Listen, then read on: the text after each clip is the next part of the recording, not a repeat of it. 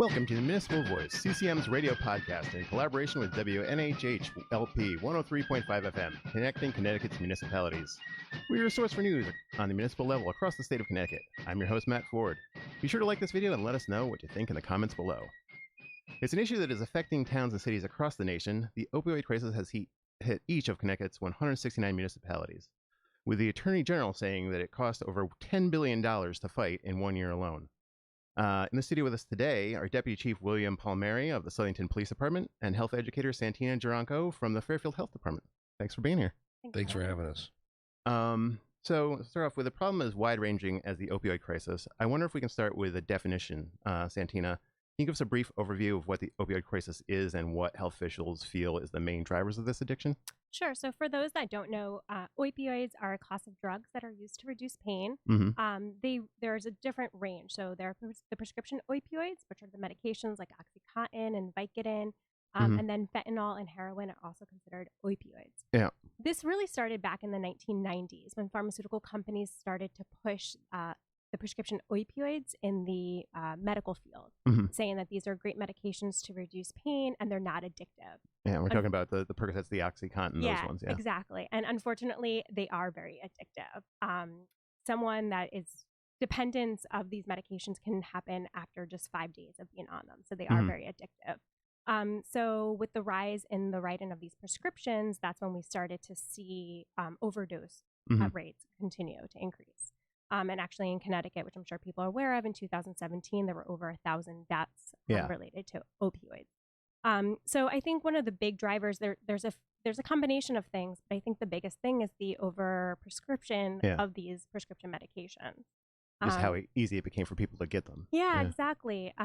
I just read a statistic from the CDC. In 2017, 58 prescriptions were written for every 100 Americans for prescription pain medication. That might be a little excessive, yeah. Yeah, and it's definitely decreased, but that's still, like you said, it's still out there. Yeah. Like it didn't just get cut off. It's still an ongoing thing. Yeah, exactly. Yeah, and the opioid crisis is also a major public safety issue.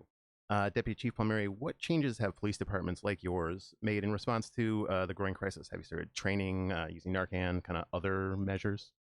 Well, what we've done is, as a community, we started with, it needed a strong community partnership. And what was good is, from our political government to the stakeholders within the community, the police department realized that prevention and education is extremely important, along with the law enforcement component. So in 2008, we partnered with our STEPS group, which is a Southington town-wide effort to promote success, which focuses on positive youth development and substance abuse. Okay. That ended up in 2013. We went to a prescription drug medical drop box where we could allow citizens to come in and drop prescription drugs off. And since 2013, we've done over 7,000 pounds of 7,000 pounds of drugs have been dropped off. Dropped off, and we have them destroyed. In 2015, we started our nasal Narcan program, which has been very successful. All the officers are trained and have it in their cruiser for when they respond to medical calls. And then in 2016, more of a community approach, we started the Southington Hope and Support Group, which was out of Youth Services, which is also where the STEPS is. And what that is it's a support group for parents, guardians, and loved ones who have a concern about someone that has a substance abuse disorder in their life. It breaks the stigma about isolation and the fact that when you're addicted, you're not alone. It allows people to share stories, thoughts, life experiences, and there's question and answers. So it helps people deal with it within our community. The people around the addicts. It's not just addicts, it's their families, their friends, it's the whole community. Yeah. And then in 2017, Chief Daly, he started what we call a law enforcement addiction program survey, which we call LEAPS for short. What we do is when we respond to an overdose, we have officers that go out and they, and they will interview the family members and possibly the person that overdosed, and they get information back, talk about cause of addiction, length of addiction, like what drug did they start with for their addiction, the frequency of use, if there's been any criminal activity supported to that, their treatment history. They even ask like what type of prevention information may have prevented your addiction. So that allows us to work with STEPS to look at that data and then kind of formal our own community training to that. STEPS, what does that stand for again? It's for the Southington town-wide effort to promote success. It's a coalition that has some support through the state grants. Okay.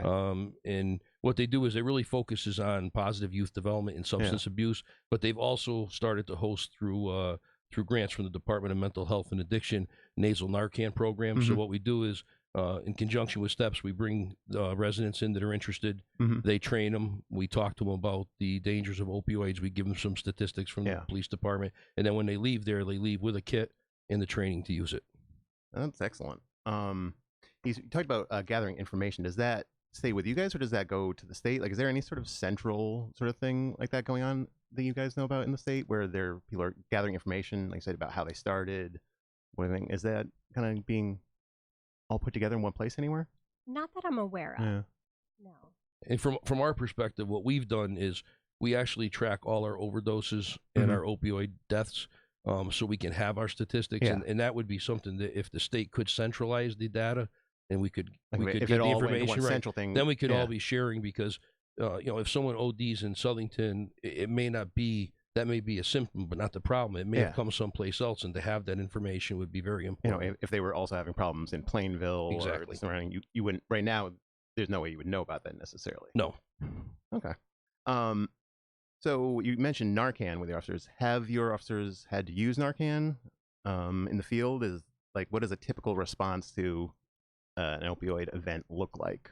Well, since 2015, since we started the program, we've had over 100 Narcan deployments. Okay. So it's part of it's in all our cruisers. So when our officers get dispatched, they go along with the ambulance to supplement our first responders. They get there, they make their assessment, and if they feel Narcan is needed, they'll deploy the Narcan. Sometimes they've deployed more than one. We've had very good success. It's a very good tool in the prevention process. Oh, that's great. So these services add up. Fairfield has spent over $50,000 in the last 5 years on Narcan counseling and other education programs. Santina, what does Narcan education look like?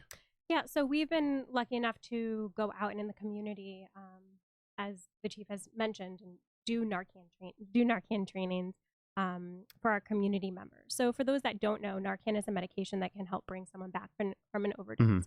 Our trainings are typically about an hour to an hour and a half long.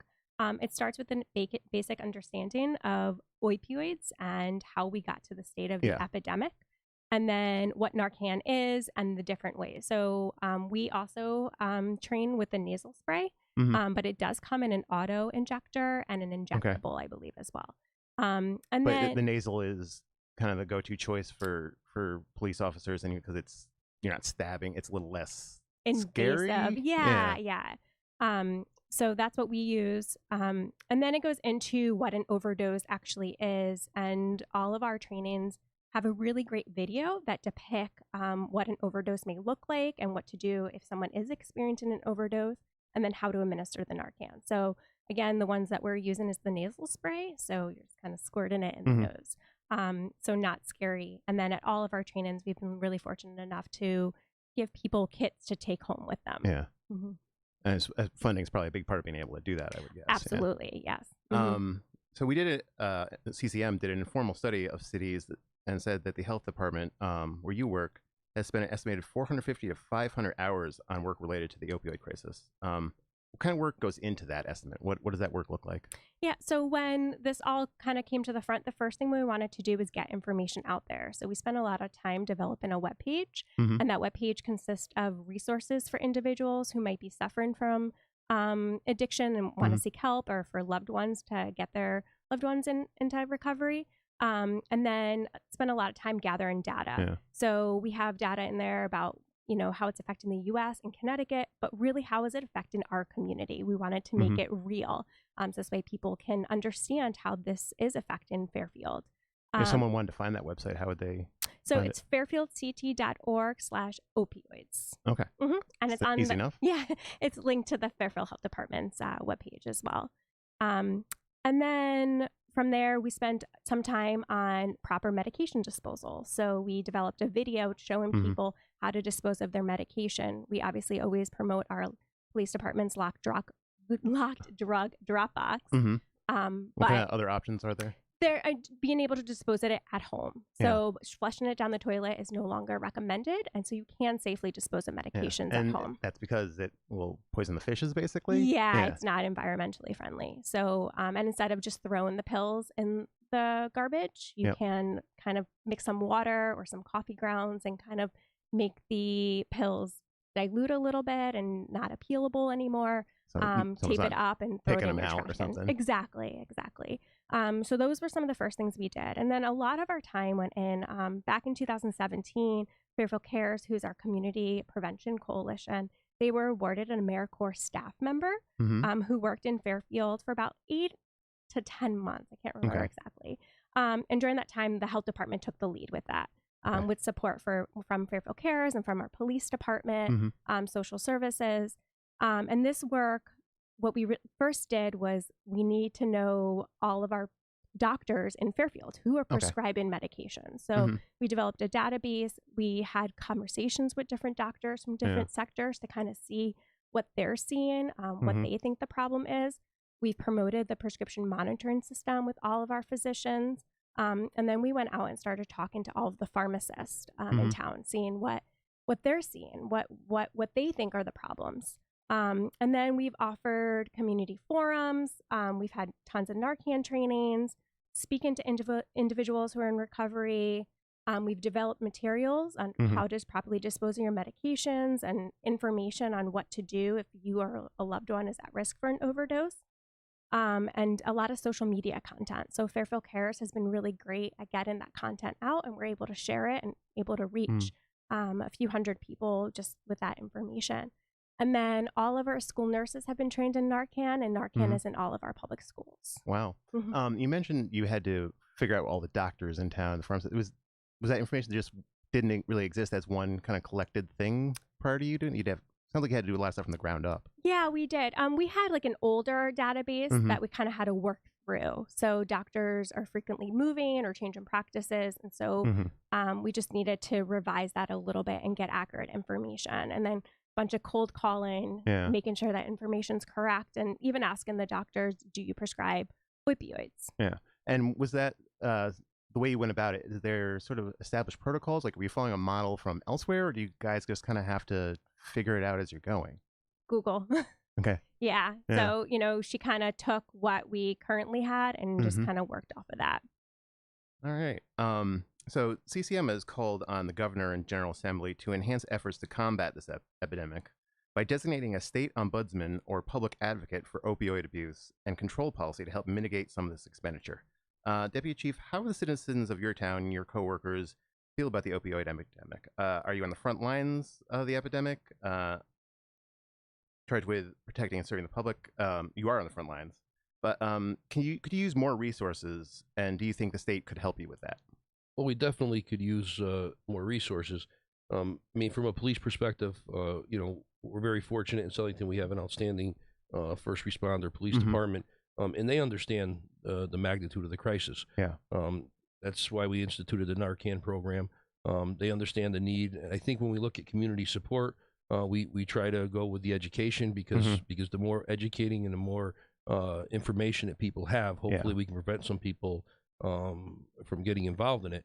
As far as the state, we definitely could use some help from the state, but what they also have to do is they have to start to talk to the communities separately, because in essence, addiction is consistent. Yeah. But from community to community, it could be different. So we need to have those conversations at the community level with our state legislators to say, hey, look, could you give us an overview of what you're experiencing? What are you dealing with the opioid crisis? Because ours, Southington, may be different than Fairfield's, which may be different with Berlin's. But we need, even like support of the coalitions. Like our STEPS coalition was supported by a 10-year grant, which has now ended, and the town is working with the Board of Education to budget it hopefully for the upcoming year. So, we need to make state funds available, but I think we also have to be careful how we deploy them. And it just can't be like one size fits all, because every community is different. But just the fact that we're talking about it at the state level, it's good, but there's still a lot more work to be done. So we were talking before about prevention and trying to quantify that. Could you talk a little bit about, either one of you, the value of prevention and beyond dollars and cents? Anyone start? Well, I'm going to turn to. Well, as far as prevention goes, and we did talk before we started the podcast with the fact that I think sometimes when you talk about prevention, people will say, well, if I'm looking at a budget, I need to understand what, I'm investing this, where's my output, and what we're doing. And a lot of times in with prevention, you won't know for 5 or 6 years because it has to take hold, it has to take root, it has to grow. It's similar. I mean, even like our opioid crisis. Our opioid crisis did not just start recently. One day, yeah. It was things that happened years and years ago that we all kind of never addressed, and then all of a sudden it came to the forefront, and it's a major problem. So if we can learn from our history to become more proactive with training, and even if we look at our kids, I always use a quote from F. Douglas about it's easier to build strong children than repair broken adults. And if we start education and we can get the people to understand not to make these bad choices, I think that's the benefit of prevention. Yeah. It's something that has to be done now. If you look back in the old days, we can say the family units have changed. So we have to address with the times, and we do need to give people help. And prevention is one of the most powerful tools we have. It's also not one you can easily quantify, but if you don't have prevention, you're going to be in trouble. Yeah, it's a crisis that didn't show up overnight, and it's not going to go away overnight either. Right. It's going to be a long time coming, and it's got to be cheaper to prevent than to treat after the fact. Not to mention the human cost. And we are seeing numbers going down, which is a positive thing. But if we say, okay, we've done it all, and now we can move on to something else, kick back and we have to say, okay, we out of control again. It appears that the stuff that we're putting in place is working. Now we got to maintain that stuff so it doesn't come back. And sometimes that's difficult. But it's easier in the long run than forgetting about it for 5 years, and then we're right back here spending millions and millions of dollars. Yeah, no quick fixes for this one. So Santina, as a health educator, what are your coworkers, the public, from your perspective, how are they reacting, and where do you think there's room for more assistance from the state, and what might that look like? Do more studies need to be done? What other ways could be helpful to municipalities and organizations like yours? Yeah, so when we first, when the epidemic really came to the forefront a few years ago, and we started all of this, we definitely received some resistance. A lot of people feeling that this wasn't a problem in the suburbs. It's not an issue here in Fairfield. This isn't us. This is somewhere else. This is, an inner city issue. It's not in the suburbs. But I think people are starting to hear about it more, and I think people are starting to get concerned and wanting to get educated on it. I think people are realizing that this epidemic doesn't see race, ethnicity, religion, or social economic status that it is even in the suburbs. So I think suburbs, and even the small towns. I know all 169 towns, and I don't think there's a town in Connecticut that hasn't had some sort of effect from this. Exactly. And so I think we're starting to see people that want to get educated, people that want to prevent this in their younger kids. We see that by attendance in our community forums, even our Narcan trainings. When we had our first Narcan training, I think we had 8 people show up. We had one 2 months ago, and 30 people showed up. How long was the first one? How long ago? It was the end of 2017, early 2018. So not that long, just a couple of years. It's grown that much already. Yeah, exactly. And so I think people are starting to be invested in this and want to know what they can do to prevent it. So I think that's how people are reacting. As far as the state, there's always room for more assistance from the state. Obviously, funding's a huge one, and I think that they are starting to give us more funding opportunities. The health department just awarded a small grant, so we are going to be able to hire someone until August to continue doing this work. So I think that's great, but obviously more of those opportunities. And then, a way that we can all share our data and our information, because I think that's something that towns across the state are struggling with. How are we all collecting the data? How are we all talking to one another? So something along some sort of lines. Centralized sort of thing would be helpful. Yeah. If the state could put that all together. Yeah. And, we are now able, the local governments are able to log on the state's database and see ED visits of patients for a few other things. But ED emergency department? Okay. So we're able to see how many people are going and kind of why they're going, and we're able to filter it out. So we're able to see that information. But, what about the people that were administered Narcan and never went to, the hospital? So, how does that state database that you're talking about integrate with deputy chief's information that they were talking about collecting into one thing? Yeah. So I think, some assistance that way would help. And is there any sort of legislative, things that you would be looking for them, obstacles that they could remove or other assistance they could put in to make things easier? Yeah, I don't really know. I think the state's really trying. Yeah. But I don't know if connecting all of us. I mean, even in Fairfield, we can see how much Narcan the police has deployed, but not so much fire and EMS. So even having a central location locally of all that information. So before we even get to this, talk about the state organizing different towns that way. I'm going to pause for a minute, do some housekeeping here. You are listening to the Municipal Voice on WNHH 103.5 FM, broadcasting live from downtown New Haven. We are streaming live on TuneIn Radio and newhavenindependent.org. We're also streaming live video on Facebook Live. Just go to facebook.com/newhavenindependent. Some other stuff going on. Tomorrow is CCM's big Emergency Management Symposium event. It's our 14th annual Connecticut Emergency Management Symposium, held in concert with the Connecticut Division of Emergency Management and Homeland Security, the Connecticut Department of Public Health, and the Connecticut Department of Emergency Services and Public Protection. Tomorrow at the Red Lion in Cromwell. That's going to be a good event for first responders and other people involved in emergency management. And then coming up in May, we have our big charity thing. This is going to be a good event. Second annual Triple Crown Charity. One of the Triple Crown charities this year is the Connecticut Community for Addiction Recovery. So they're directly addressing the opioid crisis. They're just one of three, though, because we also have Journey Home that helps with homeless issues, and the Parent-Child Resource Center in the Valley, which helps, obviously, with parent and children issues. So it's going to be a big evening of Triple Crown racing themed food, fun, entertainment to raise a bunch of money. So that's Friday, May 10th at 5:30 p.m. at the Hartford Club. We race to give back, so hopefully some people will join us there. That's open to everybody. If you want to check out ccm-ct.org, you can find more information about attending. So back to the issue at hand, though. Just yesterday, a story that has been building for quite a while has broke when Connecticut's Attorney General William Tong filed an expanded complaint against Purdue Pharma less than a year after Connecticut towns and cities attempted to go after the producer of OxyContin, saying they pursued profits over incredibly frank, immeasurable human toll and cost of the opioid crisis. So what role...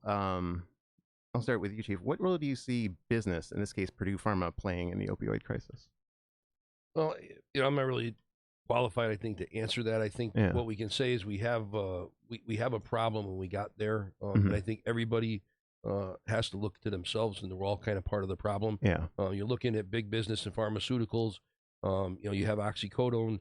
If it's used a certain way, it has a benefit, but it's been overprescribed, and we all understand that. And I think historically, whenever we've had a crisis, we've tend to let's try and find somebody to blame, and I don't think that's conducive to try and solve a problem. We should bring everybody to the table and say, okay, here's what we have, here's what we need to do. How do we fix this? Because again, I mean, we can produce a mass amount of oxycodones, but if they were never prescribed, then where would they go? So I think I hate to play the blame game. I think that dilutes the ability to fix a problem when we all get in a room and we say, okay, it's all big business fault or it's the doctor's fault. And it's collectively all of our faults. So let's try and fix it that way. So that's kind of my take as someone that's on the ground dealing with these hands-on. Exactly. You're more concerned with dealing with it than figuring out who's to blame, whatever. Like that can be handled elsewhere. If we could fix the problem and then trickle down to reduce the need for our officers to respond to opioid-related incidents, that would be helpful to everybody in the community. Yeah. Santina, what are your thoughts on this? And, I agree. But I think Big Pharma, especially in the very beginning, played a very big role. And, pushing the medications to the prescribers and saying that it was not addictive. Whether they knew that or not, is another story. But I think that push in the late 1990s is kind of where we are today. So I think they should be held somewhat accountable, but I completely agree. It's a we're at the state because it's a combination of different things. I mean, it's a tough call because, like I said, a lot of people are involved, but then the big companies are the ones that collected the big money. Right. The towns and states are getting the bills now for the cost of all this, where the companies got all the income, and so like maybe they need to help pay for the problem they helped create. Especially when they were pushing it out. Yeah, when they were really helping it. Yeah. So, final question: what can be done? There's some suggestions that all the work has been put in by individuals and organizations like yours. what is that? Your efforts have kept a unprecedented crisis from getting worse. There's some suggestion that the crisis might be cresting. Where do we go from here? What is still left to be done? Are we past the worst of it? And where do you see the future? Let's start with you, Chief. I think there's still a lot of work to do. The fact that they're saying it's crested, I think a lot of times that can be contributed, and again, there's not a lot of data on it, but you have a lot of civilian use Narcan. So there could be, and I believe, just based on my experience, that there's probably a lot of overdoses that we're no longer responding to because people have civilian Narcan. So there's no way to quantify that. Less is being reported. Right, less is being reported, and people have to understand that when you use Narcan and it brings the person back, they still need to seek medical attention because they could have a relapse. Yeah. But as far as I think we still need to educate. We still need to do prevention. I would like to see at the state level, maybe they carve out an exception to extend our police powers, because a lot of times you're dealing with an investigation where maybe the drug was not bought in Southington, but the OD occurred in Southington, and we can't go cross jurisdiction to pursue that type of investigation. So, and the thing is, we have to start targeting these dealers. The dealers don't respect town boundaries. The people that are pushing this poison out in the street.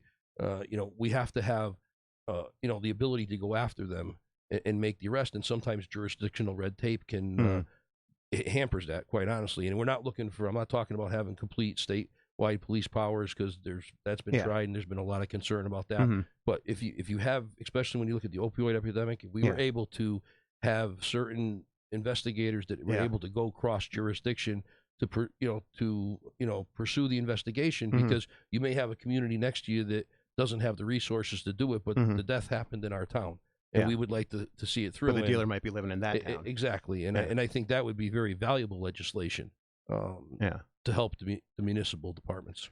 And that's something you have run it. It's not just like a theoretical thing. Like, no, there's cases where there's this person you have on your radar. You've been kind of keeping an eye on them, and they're up to something, but they don't live in your town. So it's they pop into town, make their delivery, and then they're gone. And this goes back to like part of the data you gather from our LEAPS form. If you talk to even the person that survives the overdose, and they may say, well, okay, I bought from X, or I drove to X community and came back and used it here, and it happened here. So we need the ability to be able to cross jurisdictional boundaries to do an investigation. Yeah, that's information I hadn't even thought about from the police perspective. Is some people will let you know where they got it from, I guess, especially if they're handing out bad stuff. Which correct. And is that something you run into a lot? It's people getting fentanyl when they thought they were getting something else, or it's too strong. Is that kind of behind a lot of the overdoses? If you look at our 2018 overdoses, most of them had the element of fentanyl there, and it's just dangerous. And again, it's being pushed out, and we're limited in how we can respond. Because again, dealing with the addiction, that's where the police become helpful, and we're part of the prevention process. But if we can work on targeting the dealers and arresting them and making them accountable, then that's the way we should go, and that's what the legislation, I think, would do. That'd be great. Santina, what about you? What's the future look like, or should it look like in your world? I think continuing educating the community about the problem and about proper medication disposal. One of the groups that we really want to tap into with the new funding that we have are real estate agents. Oh, interesting. Okay. Yeah, and educating them to educate their sellers or the renters when they're showing a house or an apartment, that making sure that their medication is locked up, that they know how much medication they have, and that it's locked up or disposed of properly. Because rumor has it that people will go to open houses and search through people's medicine cabinets. Really? Okay, yeah, that's the one I never thought of. Yeah, so tapping into different groups and just educating people as much as we can about this problem. I don't think it's going away anytime soon. I think we are making some progress, but I don't think it's just going to disappear. Oh, I just handed something from our producer. National Prescription Drug Take-Back Day will be Saturday, April 27th, 2019, from 10 a.m. to 2 p.m. Talk about either about National Take Back Day? Yes. So tell us more about this. This is exciting. So it's run it's an initiative from the DEA, and our police department at Fairfield Police Headquarters at 100 Reef Road will be taking back medication from 10 to 2. And all people have to do is come there. You might want to block out your name or take the label off, but you can just simply drop the medication off. And if you can attend on Saturday, our box is open 24/7 in the lobby. No questions asked, no forms to fill out, because I know sometimes people are afraid to go to the police department, no offense, to go to the police department and drop off their medications, but no questions asked, no forms to fill out. You can just simply drop off your medication. Yeah. So it's a great initiative. Chief, are you guys doing anything for the day? And we always have a presence for National Take Back Day, but we do keep it at the police department. Yeah, you have the box there all the time, too. And we really promote the box because it's in our lobby, which is secured. People come in, they drop their stuff in it's like a big mailbox, and then we go from there. Because initially that kind of bore the drop box was we had these take back days, and it was one day a year, and we would get all this influx of drugs, and then on one day, right? Yeah. So now we can make it consistent, and so we will have a presence. But we like to argue that we have National Take Back Day every single day. Every day is National Take Back Day. And I think if people want to see if their police department participates or if they have a drop box, they can go to the DEA's website, and I believe they have They'll have a listing of where they can do that. I know. So you say you have a drop box, and you have. Do you think most towns probably have drop box at this point? I would assume so, but I don't know. I don't know what the upkeep of that is, because I know you have to coordinate it. Correct me if I'm wrong, with the DEA. They come and dispose of it. Is that correct? No. Well, what we do is once our drop box gets full, we have a sergeant in training and an officer go out. They remove it, they bag it, they secure it, they weigh it, they enter it into evidence, they do a report, and then we bring it to a controlled area to be destroyed. All right. So you take care of it in-house? Yes. All right. Well, thank you guys for coming on the show today. Thank you. Thanks. All right. The Municipal Voice is a co-production by CCM and WNHH 103.5 FM. Kevin Maloney is our executive producer. Christopher Gilson is our producer. Harry draws on the boards, and I'm Matt Ford, your host. Be sure to check out our Facebook page and give us a like, and watch out our CCM Chat series on our YouTube page. Just search for CCM Chats, and you'll find one of them on a convenient playlist. Thanks. See you next episode, everyone.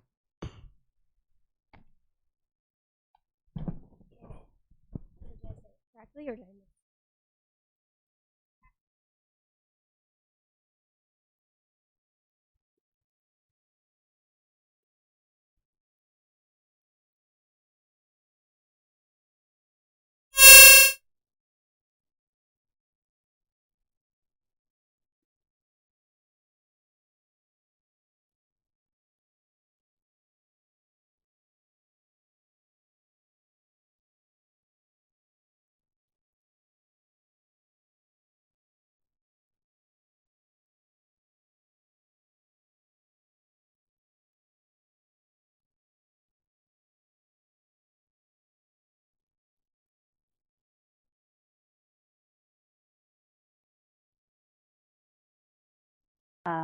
Substance use or alcohol use disorders. So we help people kind of navigate that system, as well as finding community-based supports that can help them in their recovery journey. So we define the recovery community as individuals in recovery, friends, family, and allies. So it's their core group of people, their support system. Yes. What are you most excited about for the Connecticut Charity Triple Crown event? Well, I'm really happy that we're able to really kind of showcase what we do to a larger, broader audience, and really get some support and some buy-in from the towns and the communities that we serve. We really serve all of Connecticut. Thanks for talking with us today. Okay, thank you. Thank you. Don't forget to join us May 10th for the Connecticut Charity Triple Crown to support this organization and other great organizations. See you there.